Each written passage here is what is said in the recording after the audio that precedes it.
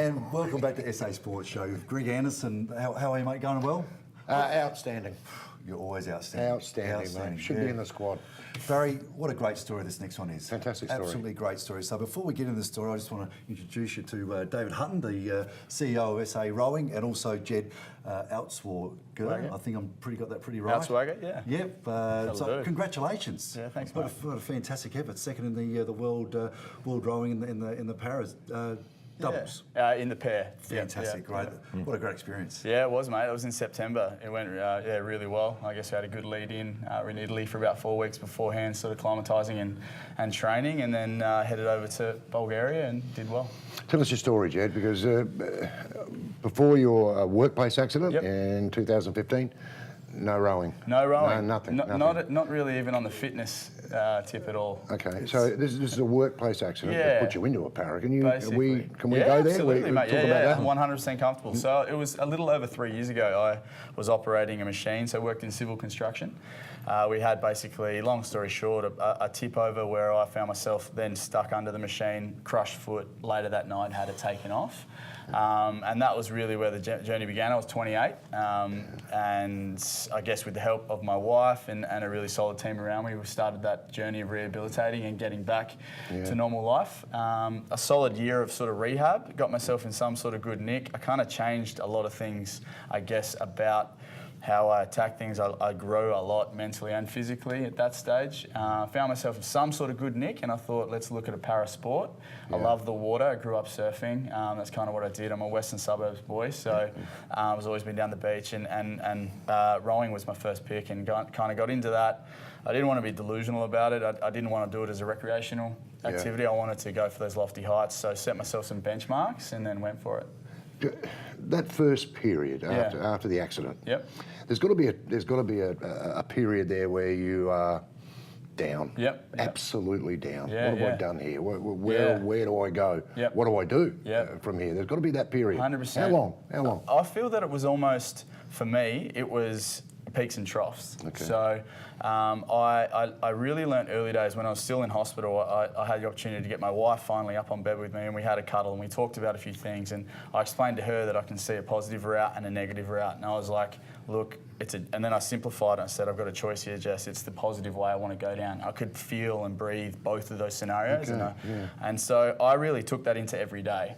And it was still like this, but it was like, okay, look for the opportunities, look for the positive out of this, and then grow with it each day. And for sure, you have those times down, but then I would really take it upon myself to then find something. It might be the fact that I had my knee, and I was lucky for that. It was small things at the start, and it would just grow and grow until and then getting my self-confidence back, and months of all of that sort of stuff. Really staying honest to myself and mentally. Very difficult. It was. It was a tough time and a huge growth period for me. And talk about growth, David. I mean, SA Rowing, strength to strength. I mean, we've got a silver medalist in the World Championships, and we've obviously got some unbelievable talent in South Australia. Yeah, look, there is, and I remember I've only been in the role as CEO for 3 years, and it was just under 3 years, and it was not long after I'd started, and we heard this story that the guy in charge of para rowing for Rowing Australia, Gordon Marks, had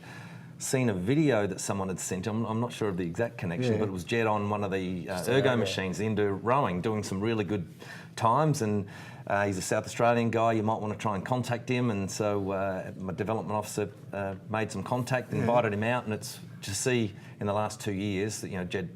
Amazing to think he hadn't been in a boat 2 years ago. That's amazing. And really been taken on board by the whole rowing community. He's really given back to the sport as well. You can tell by his positive attitude, and it's like he's been there for all his life. Now he's got a SASS scholarship. He's part of the Australian rowing team, and to bring home a silver medal with his pairs partner from Bulgaria in September is really good.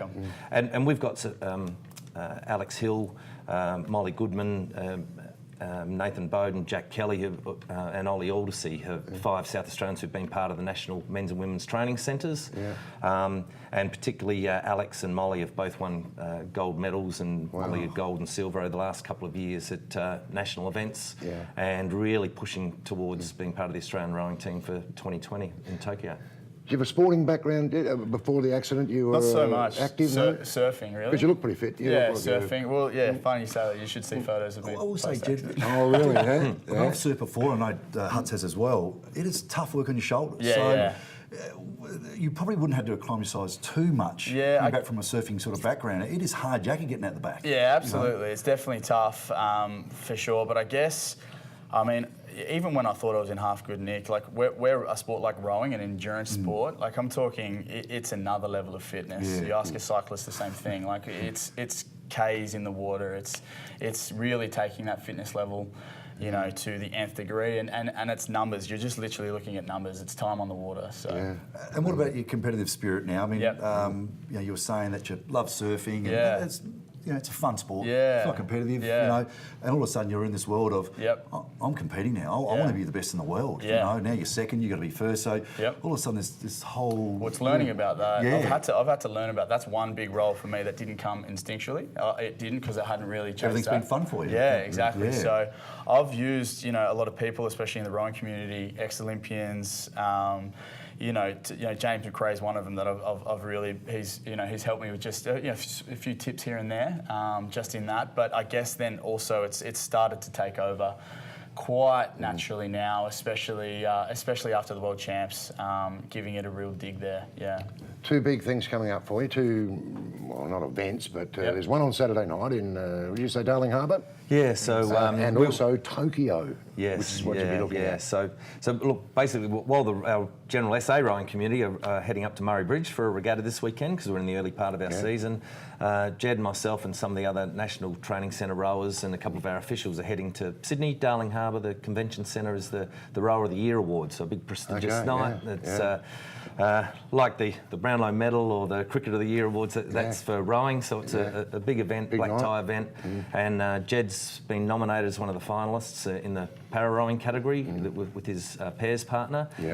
We've also got Alex Hill, who's won consecutive gold medals at the World Champs with his fours crew in the male, and Molly Goodman with her fours crew as well. They've won gold and silver in the last 2 years. So they're all up. They're so great. And one of our boat race officials and volunteers, Brett Ralph, he looks after our course down there, but he's a boat race official, umpires in our events, but he's also got national accreditation, international accreditation, had some big jobs at regattas around the world in the last year.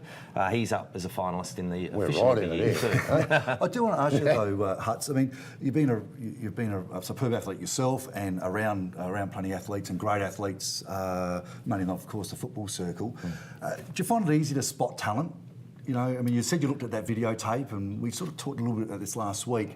And once you saw the talent there and other videos, and think, well, you know what, I think this could be a great channel for this individual. Interesting question, but you played in, you played in 6 premierships, five premierships for Port Adelaide. So we're talking elite. Who didn't?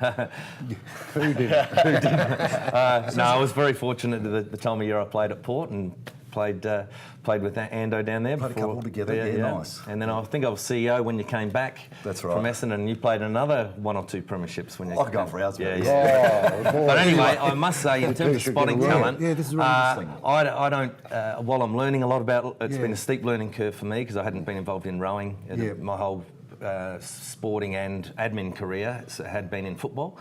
Really loving it and the people, but I wouldn't put myself up there as a talent spotter. It's such a technical sport. I'm getting the hang of it. What I can see is those who've got the attitude and you see them out. No matter what time I get to work in the morning, they've been out there since crack of dawn.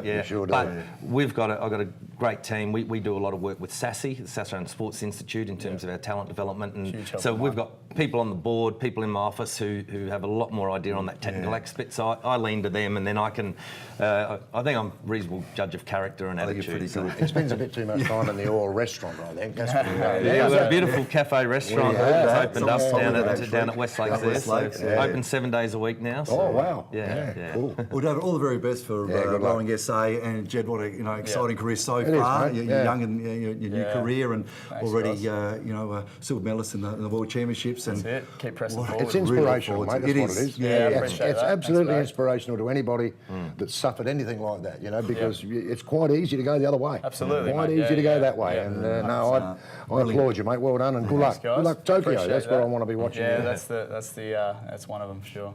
Thanks very much for Thanks, sharing guys. your story. Thank you. Thanks, We're back after the break.